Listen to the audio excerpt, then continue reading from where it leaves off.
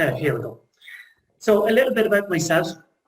So as I said, Darren Woods. I'm from County Monaghan in Ireland. For those that are outside of the country, I see one or two. I'm an engineer by trade, manufacturing engineer from DCU, and I was lucky enough that when I graduated from my engineering degree, I got to work with Bose, and Bose is the sound systems and speakers company that were based in Carrickmacross. And when I started working for Bose as a manufacturing engineer, they had just started to look at a lean transformation. And I was blessed that I landed into Bose at that time. And as an engineer and as an enthusiast, I put my hand up whenever the Lean Six Sigma Green Belt started to take place. And I was lucky enough to go over to America to study. And I see my old teacher, Jeff Hasty, one of the best in the industry, has called in there today. So he's going to know if I tell lies here. So I have to change my script. But in terms of lean transformation, Bose was one of the finest I've seen, and I know James Corbett can attest to that. We over a 6.5 year period, I was highly involved in the redesign of about 14 processes, where we changed from a traditional conveyor-based assembly processes to U-shaped cells, and building in all the best practices in lean to strip. I suppose we stripped anywhere between 25 and 50% of the labour cost per unit in those products. A phenomenal high engagement model, and as I said, one of the best I've seen. And following my Lean Six Sigma Black Belt and my 6 years on Bose, I started to want to explore a little bit more about the high performance organisation. And I looked at the Shingo model, so did the masterclass in enterprise excellence in terms of looking at the holistic, everything that's involved in high performance. And then a little bit more then to go a little bit further, I've started looking at things like management in my postgrad diploma, looking at leadership strategy, finance into things about high performance, more recently executive coaching. And for anyone that hasn't heard about executive coaching, that's really targeting at getting the best from your leaders, building emotional intelligence in your leaders so that they can engage their people better, and then really getting the mindset of a person to be optimal and getting high performance from your people in your organisation. And then currently just looking at organizational development transformation, and that's really about going into an organisation, trying to look at where are the opportunities for improvement, what are the roadblocks to improvement and high performance, and then putting interventions in place.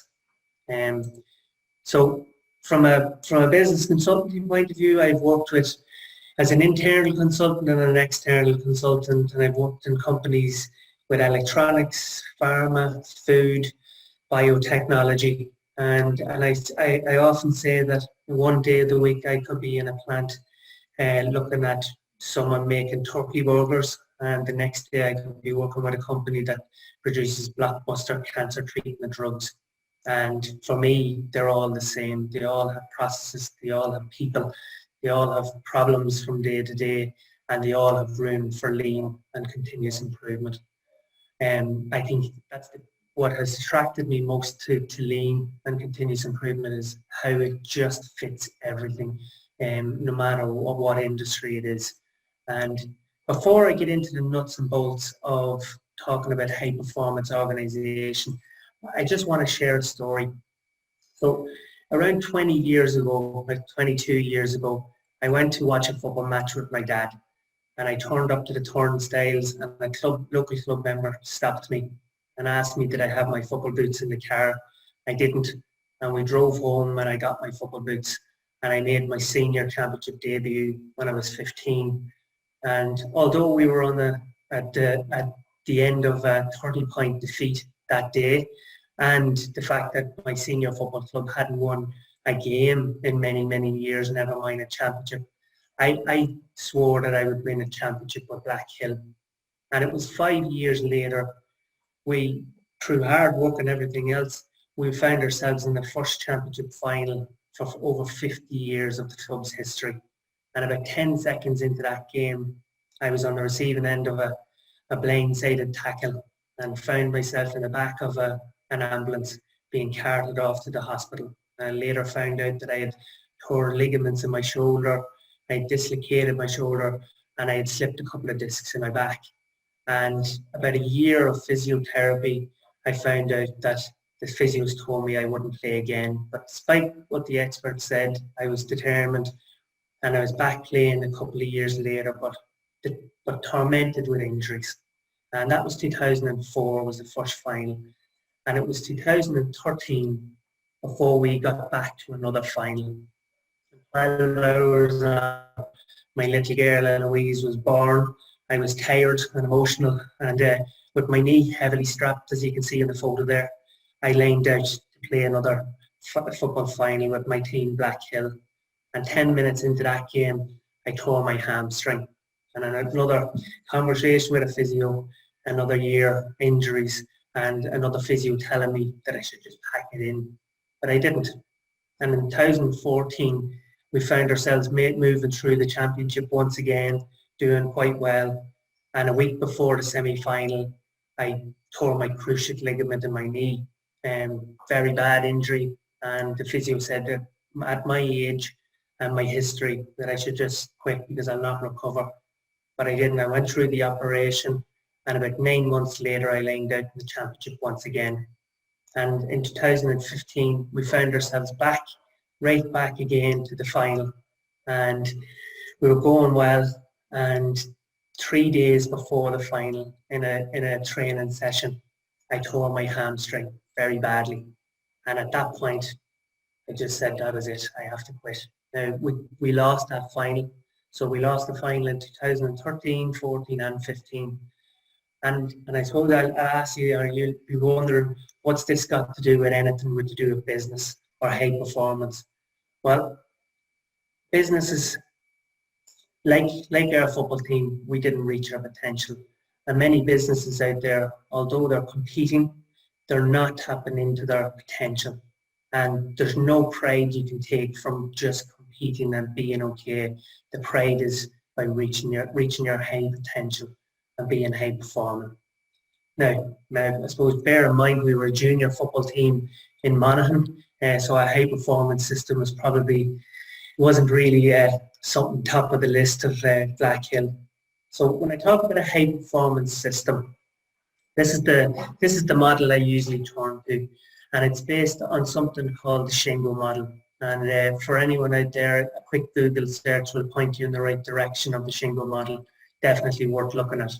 And the Shingo model looks at everything from your strategy, so your purpose as a business, then bringing in your people, so that culture and behaviour, and then looking at your process, so process excellence and continuous improvement that process, and then a focus on your performance, clear sets of measures to know if you're succeeding or not. And this is what the Shingo model is. So from a strategy point of view, AFK said, efforts and courage are not enough without purpose and direction. And you can have the best team and the best processes, but if you don't know where you're going, it's unlikely you're going to get there. Sorry, I'm just getting a bit of feedback there. I don't know if someone came off mute. But in Simon Sinek, I don't know if anyone has heard of Simon Sinek. He wrote a book called Why. And in that book, he talked about the race to achieve first controlled flight, manned first controlled flight, back in the 1900s. And the favourite to achieve this was a fella called Samuel Langley. And he received all the funding, all the media attention, all the resources that he could. But however, it was the Wright brothers who won that race in 1903, very underfunded. But the reason Sinek says their success was attributed to their purpose. Langley's effort, his purpose was to further his own fame and fortune. He wanted to be up amongst the greats. Whereas the Wright brothers, they wished to change the world. They imagined the benefits that flight could bring to mankind. And it was through this purpose, this higher purpose, they were able to garner the support of people and to really get people motivated and inspired. So without that vision and without that strategy, it's very hard to align your folks and getting them working in one direction.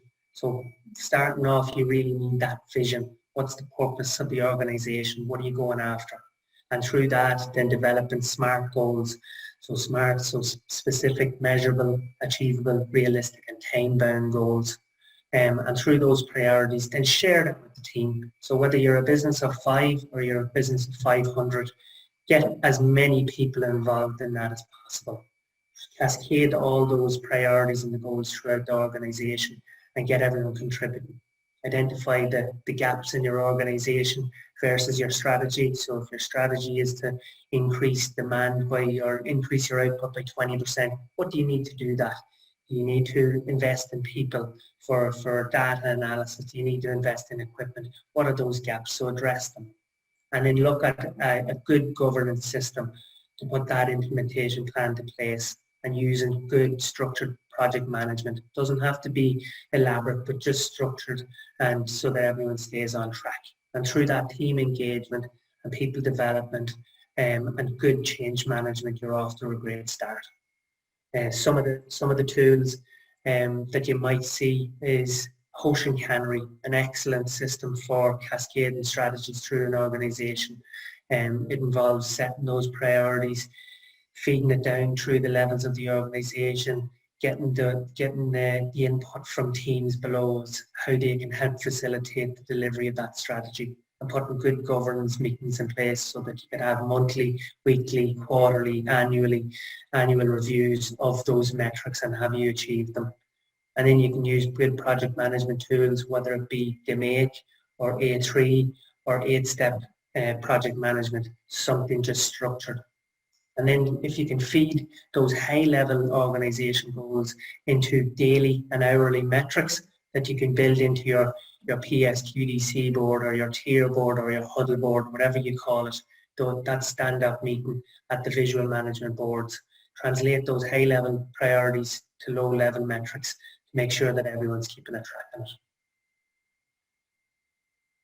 Once you have your strategy, and you have your purpose and your vision, you can't do anything without your culture and your behaviours and for your employees. So as Peter Drucker says, culture eats strategy for breakfast, and it's very true. If you don't have people coming along with you, you're at a hiding to nothing.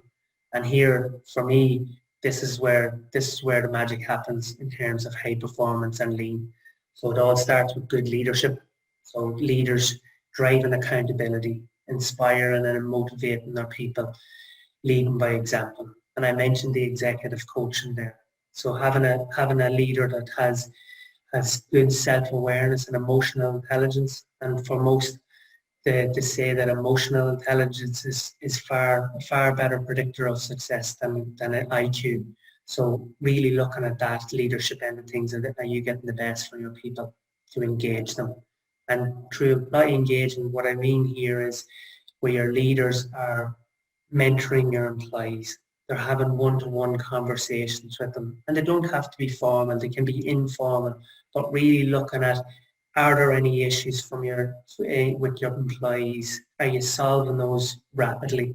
Are you giving them recognition for when they do well and they're doing a good job so that that praise is there? Are you looking at their development to make sure that they're progressing and they're getting the best from them, they're reaching their potential? And then that you do that through, I suppose, a good training development plan. So having a learning organisation where people are continuously learning, continuously adding to their skill set is vital. So whether that be skills and cross-training so that you're gaining agility in your business and everyone knows how to do every task so you can respond to the customer demand, or it could be Lean Six Sigma training, continuous improvement training, so that everyone have those skills, that it's not just the chosen few, it's not just the belts, as you call them in the organisation, that everyone has those fundamental skills. And then I suppose there's no point having an engaged employee and that's highly skilled and trained if you're not going to empower them to go do it. So giving them the freedom and giving them the time and the mental space to go and apply these new learnings is vital. One of the, I suppose, the hot topics at the moment is that it's called psychological safety, and it has been shown to be one of the biggest predictors of a high performance organisation. And what I call about psychological safety is, do your employees, do your team, do they feel safe, mentally safe, that they're not going to be judged or blamed in your organisation? So creating a no blame culture where your employees feel safe to put their hand up when they made a mistake, to point out risks, to challenge in a respectful manner what their leaders are saying, so that they're not afraid to challenge the status quo. And one example of this, and it's definitely worthwhile having a Google on this. I'm not going to spend too much time on it because you only have a limited amount of time, but there was an example. Shell, the oil company, they were building a new $1.5 million deep water platform back in 1997, and it was said that in the 90s it wasn't unheard of and wasn't unusual for someone to die on the oil rig. You could see someone die on a ship. It was like that, and Shell wondered how they were going to take on this project. And back in at that time, a leadership consultant, she was a Holocaust survivor, she reached out to Shell and she said she could help them deliver this project. And they were sort of intrigued, wondering how a leadership consultant could help them. But she met with the team, and the team were, I suppose it was a manly organisation, very macho and very rough and gruff, and you'd never show your feelings. But she worked with this team to really allow them to be vulnerable, to share their feelings, to admit when they don't know everything, to admit when they've made a mistake, or to ask for help. And she did this extensively. So in case on an oil rig, if you're afraid to ask for help, you could make a mistake that'll cost you your life. But through this psychological safety that she built up, they had the most successful project ever in the history of Shell.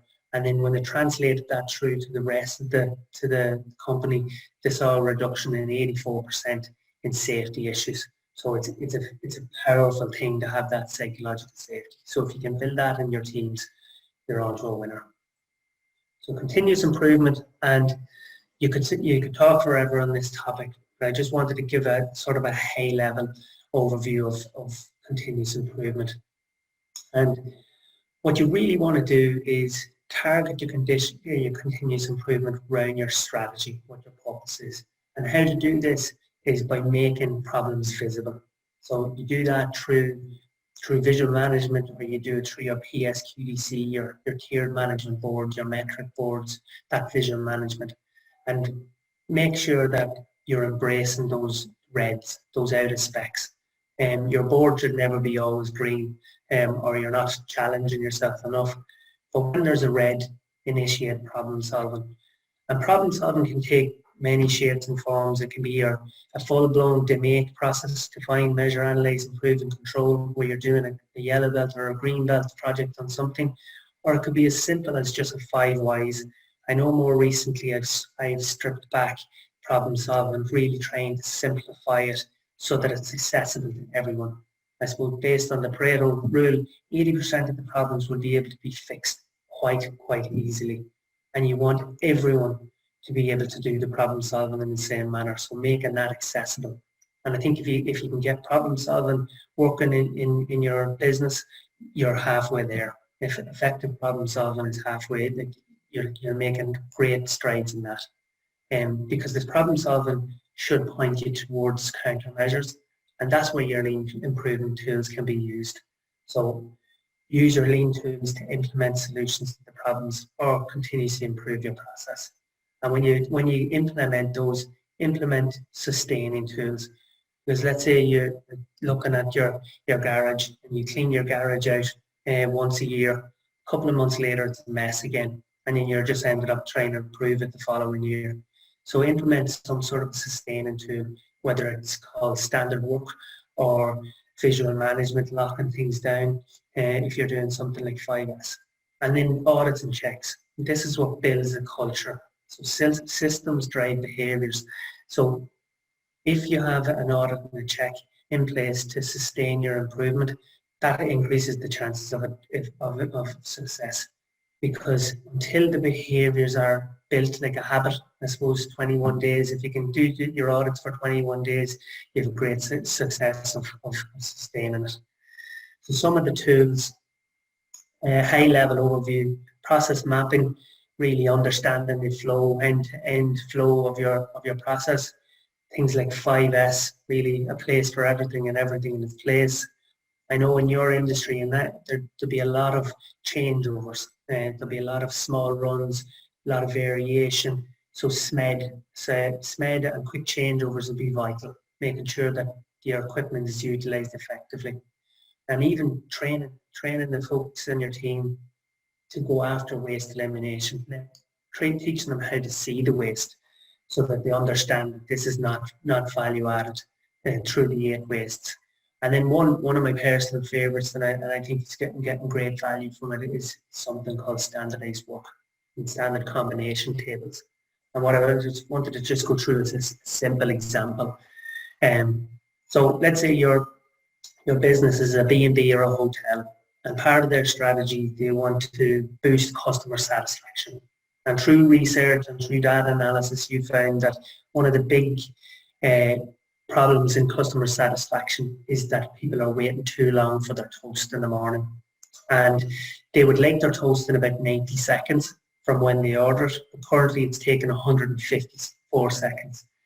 Where do you start? That's a hell of a reduction in time that you're going to have to deliver. Well, you start by really digging into the process, really understanding what are the steps that take from ordering until delivery. And you break it down into the chunks of time. And I suppose I was blessed in terms of Bose and industrial engineering. This is how we went after every process, really into this, down to the fractions of seconds. Now, you don't need to go down to the fractions of seconds. You can start at a higher level, but this will just show you how you can get this understanding. So as you can see here, you get the bread from the cupboard and place it to the counter. You're getting the butter from the fridge and bringing it back to the counter. You're getting the chopped board, bringing that to the counter. Get the knife, bring it to the counter. Now you get your bread and finally you stick it into the toaster, and it takes 60 seconds to toast. You can improve upon that. That's how long it takes. And then after that, you do the couple of steps to get the toast buttered and off to your customer. So now you can see what your process looks like, and now you can start to take action. So you look at your process. You're trying to eliminate waiting time for the toasting process by using that time more effectively. So you eliminate double handling. You get the toast and you place it directly to the toaster instead of taking it out, putting it to the counter and then to the toaster. So you're eliminating that waste of handling. And then eliminate any motion waste. So you can see that you're back and forth to the fridge and back and forth to the cupboards, and you make something that carry all those things at the same time, so you eliminate it. So eliminate many waste as possible. And then your standardized work would look like this. So you can see you straight away you get your bread and you get it into the toaster. That gives you 60 seconds to do other tasks. So this is similar to your processes. If you get a piece of wood and you put it onto a machine, do you stand there and wait the hour while it's going through a cycle, or are you going away preparing for the next step, making sure that the minute that cycle has completed, that you're ready to go straight away? Have you gotten all your tools for your changeover if you're changing your machine over? So you can see that simply by visualizing that on a document like this standard work combination sheet, you can see the improvements that you can make. And giving that to people that are learning the processes and giving them that ability to solve those problems themselves is vital. So continuous improvement, giving you very high overview. As I said, you could speak for days on all of this, but I'm trying to squeeze in too much into a half an hour slot. So once you have your vision and your purpose and your strategy defined, and you have your people and you're really focusing on that culture and the behaviours and the mindsets of those people, and you're giving them the tools to continuously improve their processes and to problem solve and react to that in a structured manner, you really need to be focusing on results, a real holding people accountable to performance and taking action rapidly. And that end of things is you should be able to walk into any one of the work areas, and within 1 second, you should be able to see, are there any issues? Are you winning or losing? Like, are there any reds in the area? In 3 seconds, if there are any reds, you should be able to know where the problem is. Is it on lane 1? Is it on machine 2? And within 10 seconds, you should know what's being done about that problem. Who's taking action? Who's the owner? When is it due to be closed by? And really driving performance through that continuous focus on results. The focus on results, your visual management system, it doesn't have to be highly technical. It doesn't have to be a touch screen monitor, big 60-inch monitor on the wall. It could be a pen and paper.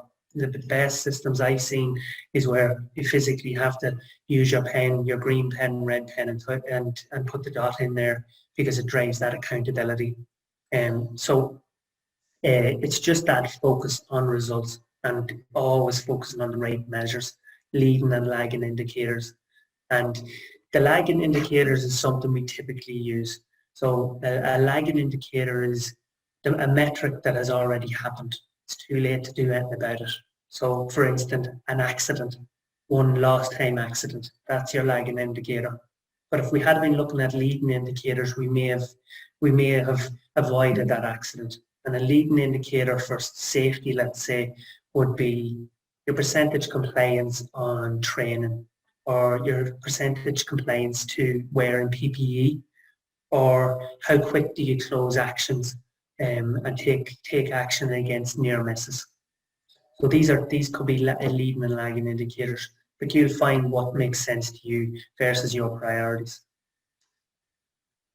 So back when I started the conversation, I started talking about Blackhill and how a high performance organisation system wasn't in place there, and that's what caused me to miss out on my goal of winning the championship.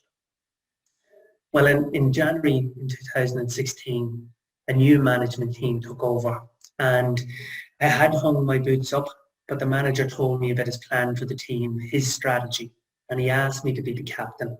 And well, I don't know if it was ego or interest, but I agreed anyway, saying as though I was going to get to be captain. And similar to the Wright brothers, we as a team came together to create a vision. And it wasn't all about us winning for us.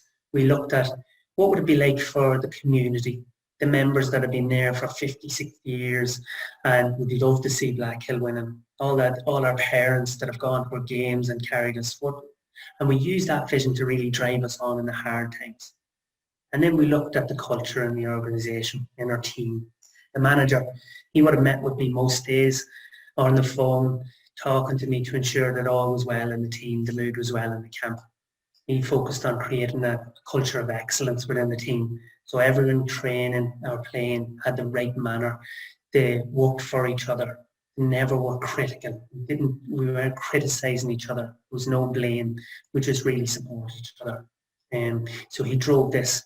And as a captain, I met with my team members every week. And I phoned them all the time. Every evening after a match, I'd make sure to phone them, give them recognition for what they've done well, and make sure that they had no issues. And then from a continuous improvement point of view, the manager looked at every single player. He brought video analysis in. But for me, the manager was a physio, and he would have seen me over the years. He would have been working on my injuries many times. And here would he map my process, let's say. And I had a match on a Sunday, maybe had a few beers afterwards.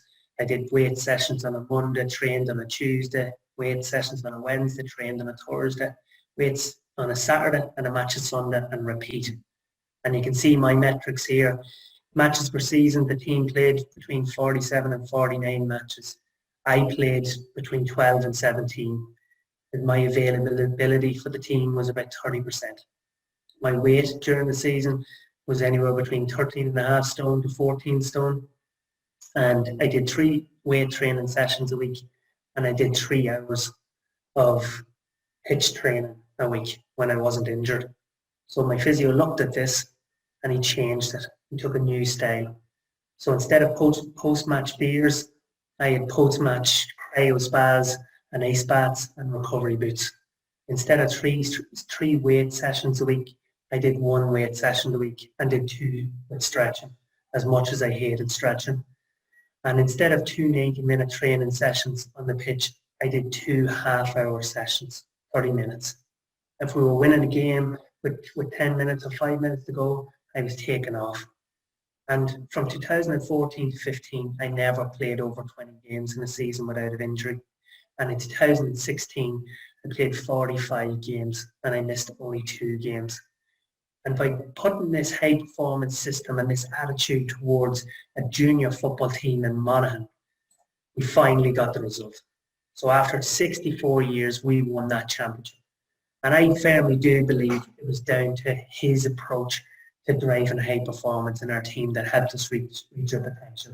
And I suppose what I can say to you is that if it can work for a junior team in Monaghan with about 20-something players, it can work for any business in the industry.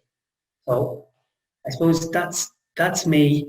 As I said, and I said it to James as well, James Corbett, that it is a very high level overview of a high performance system. But if anyone does want to reach out in the background and go over, give me an email, join me on LinkedIn or whatever, I can give you some templates to use for your standardized work or your problem solving or whatever.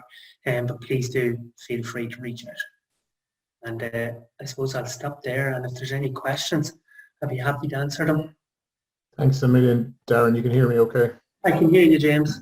I don't know what's going on with people. Every time I turn the camera on, it crashes Zoom, so I'm not going to risk it again, even though I'm looking very well today. Like, and that's a bad sign, James, if you can crash a Zoom by just turning the camera. And I had the beard, the combed and everything. It was looking really well. That was excellent. Thanks a million, Darren. It's all really kind of interesting, and the story of the football team is fantastic as well. And I have a few questions, and I know there'll probably be a couple other questions, so we'll open it up, or if anyone has any other questions, just throw them in the chat. How would you recommend, companies that are typically probably going to be smaller than the ones you've worked at before, and probably smaller in scale to what we had in Bose, how would you recommend that they go about, their improvement, their continuous improvement journey? How would they kick it off? I think no matter the size of the business, James, you're all trying to achieve something. So I do think one of the big failures that companies can experience by implementing lean is by just implementing lean for the sake of implementing lean. I think it needs to be connected to strategy. It needs to be connected to your purpose. So whether that is that you're trying to grow the business by 50%, or that you're trying to increase your profit or reduce your cost, or you're trying to explore new markets and you need to change the way you're working. I think if you can tie it to strategy, that's vital. I think by looking at that vision and purpose goal and defining this is what we're going to do as a business and this is how we're going to do it. I usually do it under a PS2DC. So we'll create a we will statement by doing what for our people, by what in our safety, what sort of quality metrics are we looking at, what we need to do in our quality, what do we need to do in our delivery. So and then what do we need to do for our cost or even our continuous improvement.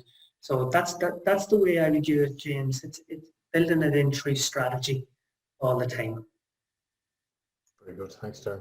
And what are your thoughts on the Lean Six Sigma end of it, so the more statistical based quality? Do you think that's suitable for our end? I see Jeff Hasty has joined, and I don't know if he'd agree with me on this one, so I'll be a bit controversial. I love the Lean Six Sigma end of things because I was statistically minded, and I was coming from an engineering background, but I see large-scale Lean Six Sigma training being given to a lot of employees that they'll never use the Six Sigma end of things. I think there's a critical few that you need to have that data analysis end of things, and maybe perhaps things like design of experiments and all that. But I think if you can give the fundamentals to everybody in the organisation or your business, just giving them, is it looking for waste elimination, problem solving, things like 5S and maybe things like project management, like even simple project management tools. I think if people can get those and then reinforce that with good leadership development, I think that has to go hand in hand with it. And there's good leadership systems with Lean, things like leader standard work. So making sure that there's a standard approach to leadership as much as there is a standard approach to process management and process improvement. But I would say that my belief is few to get the Six Sigma end of things, but everyone to get the Lean application. But there's certain things in Lean, in the Six Sigma end of things like problem solving, that needs to be given to everybody. James. Yeah, excellent. Thanks, Darren. Just on employee engagement, then there was a term I remember from when we were at Bose, cavemen, so citizens against virtually everything.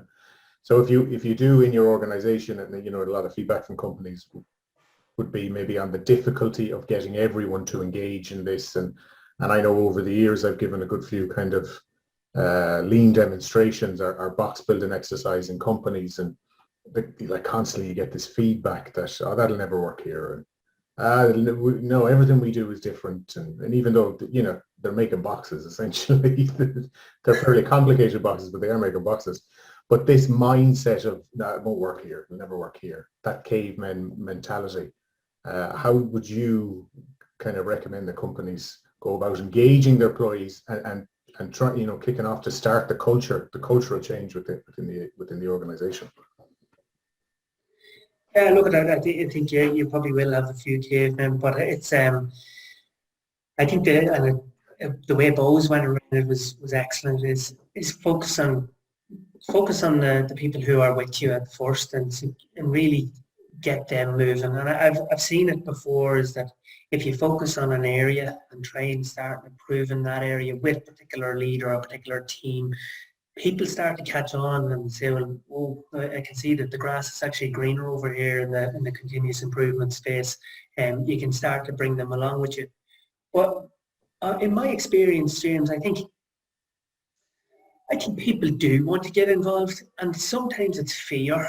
It's fear of the unknown, or it's something different that causes that resistance. So that resistance coming from somewhere. Is it fear of losing their job, or is it fear of trying something new that they might fail?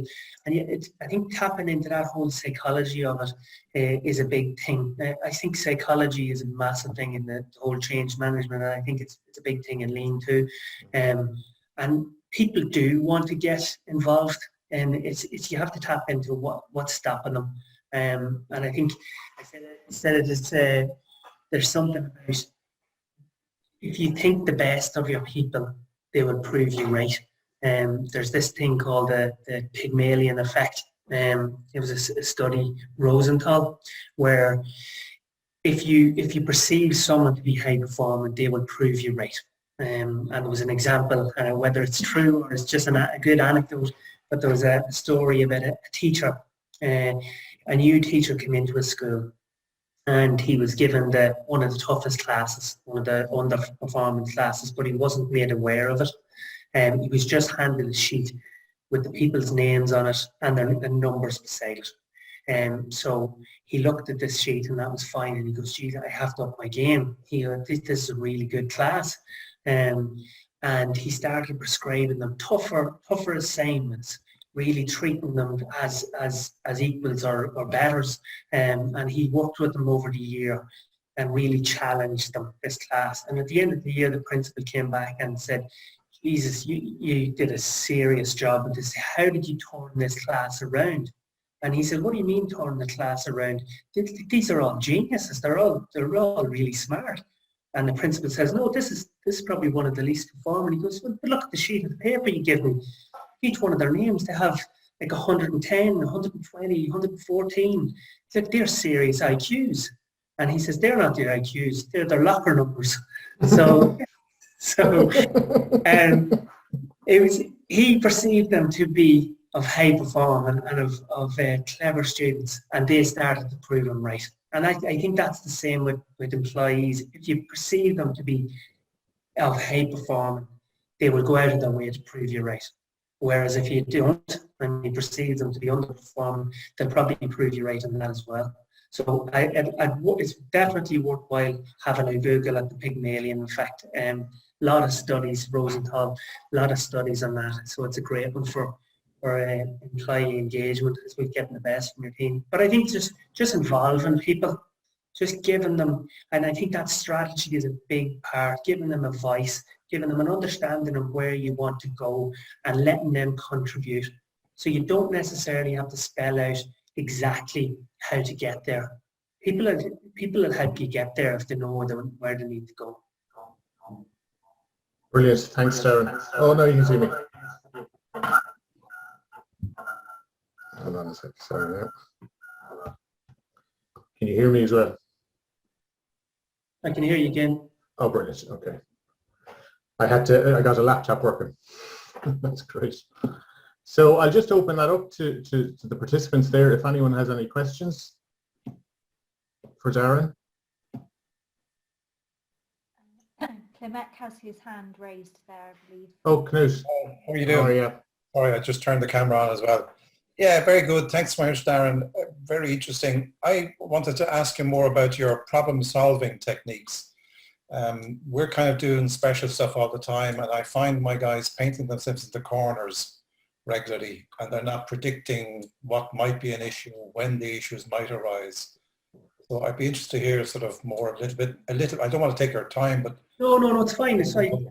I suppose for the majority of problems, I've created this. I suppose it's called a simple root cause, and it's very much around clearly defining your problem, with the who, what, when, where, why, and then using 5 why analysis just to really dig in, keep asking why as far as you. Sometimes it'll take 3 whys, sometimes you could squeeze 7 or 8 out of it, but it's that covers a majority of problems for me.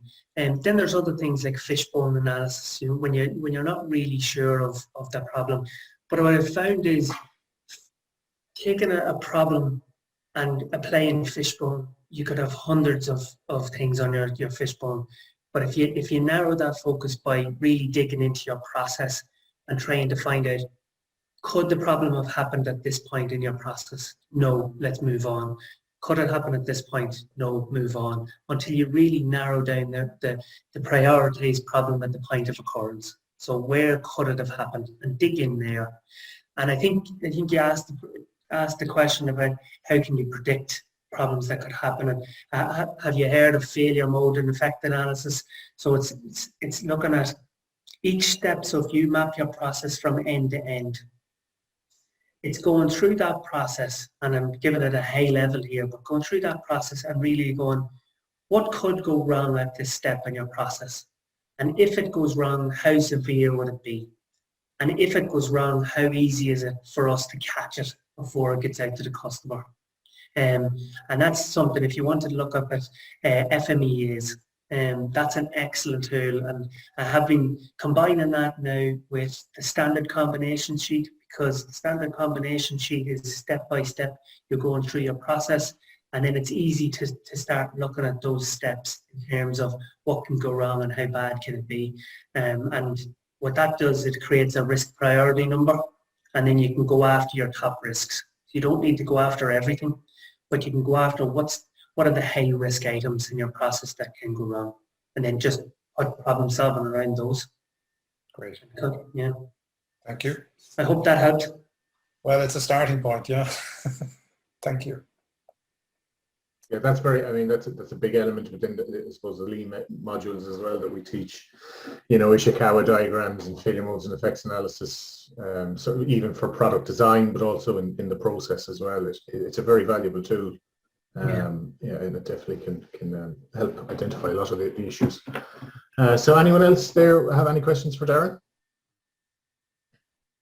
Just on mute there. Joe.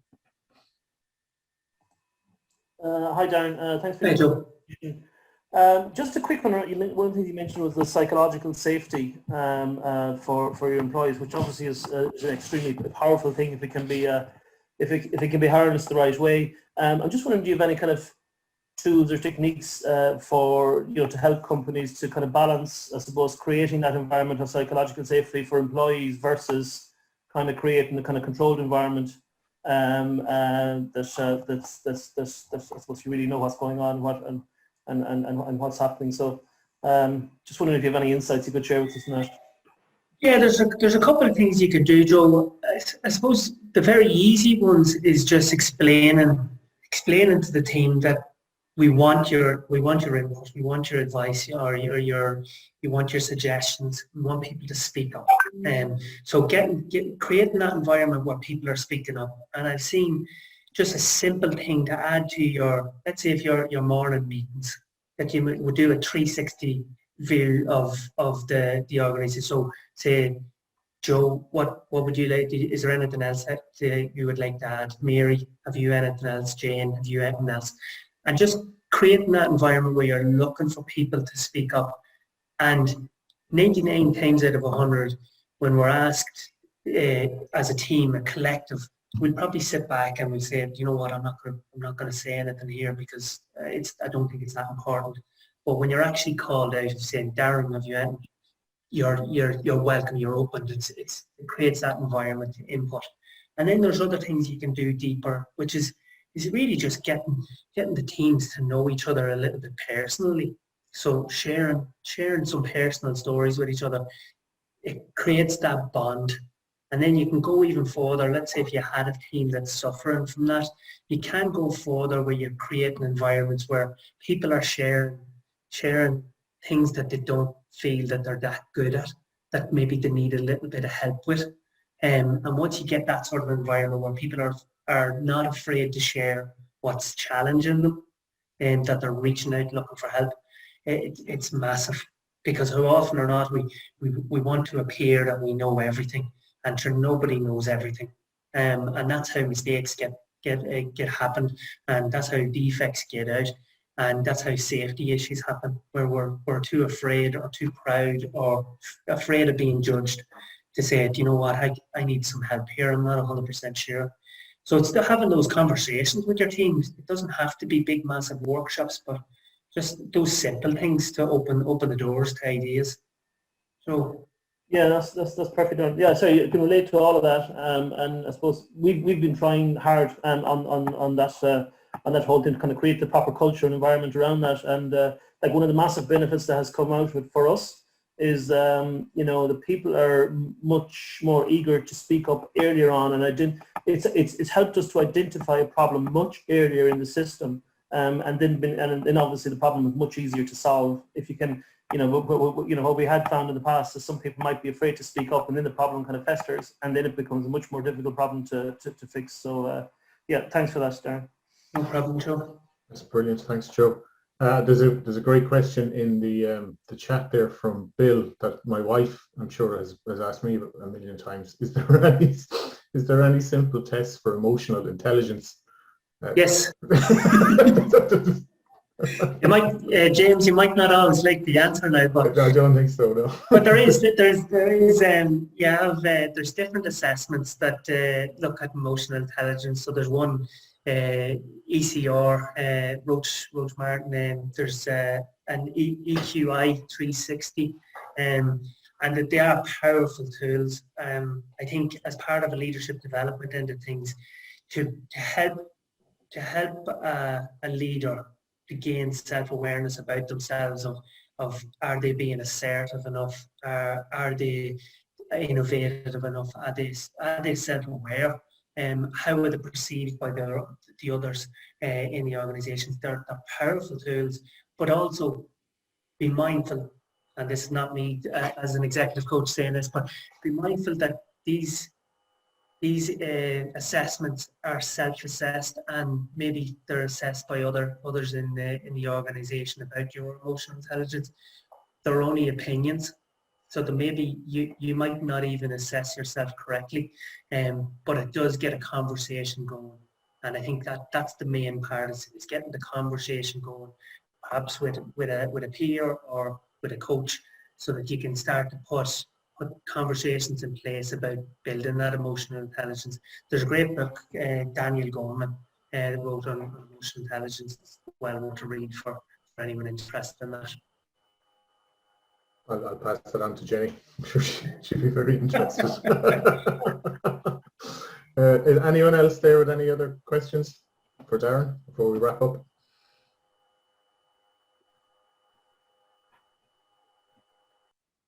Well, No, look, I think- again, James, I'd just like to thanks very much once again for inviting me along. Hopefully there's a couple of tidbits of information that people might get benefit of, but best of luck with the network, and it was great to chat to you today. Yeah, thanks so much, Darren, and thank you so much for coming and presenting, and just to kind of, I suppose, reiterate, you know, the experience that you had over the years and the experience of Bowes. There really was, other than maybe Seating Matters up in the north, it's kind of the best example of lean I've ever come across, and it was really worlds apart. And you know, I suppose your experience of that and the huge part you played in transforming that massive organisation and the business in Monaghan. There's definitely a lot that can be done, you know, in terms of leveraging your own experience and your knowledge there to kind of help the industry.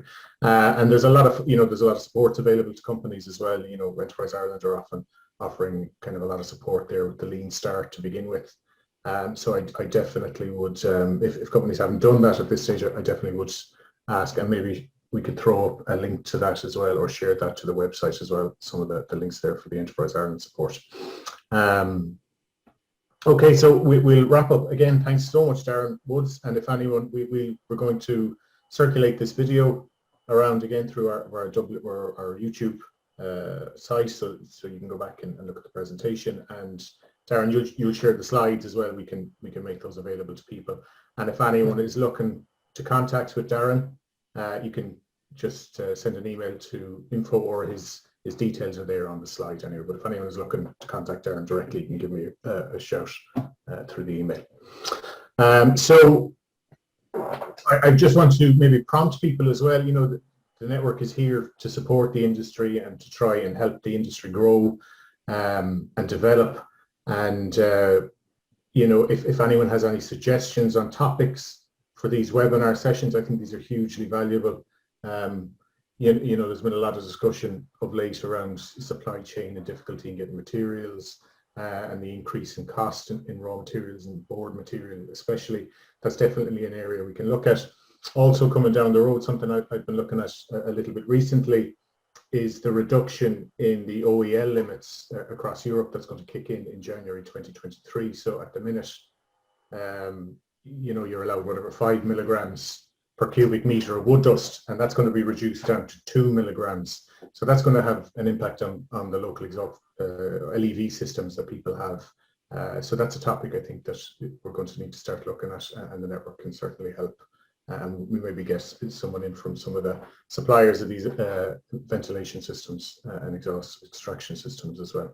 So if anyone has any suggestions for the webinars, please do send them on to info@IWFM.ie, or Bill or myself or any of the steering committee. And again, thanks to everyone for attending. We will have another webinar in about 2 weeks, and details of that will be circulated very shortly. So thanks, Bill. Have you any updates for us? Not really. I think that was a super presentation, and we will definitely be in touch with Darren. We've got lots for him to do. Oh, that's good. Always good, Bill. Darren loves work. Definitely do. Yeah. Okay, folks. Thanks, Bill. Much, Thanks everyone. Thanks very much, Bill. Thanks, Great James. to Thanks, see you. folks. Cheers. Talk to you soon. Bye. Bye.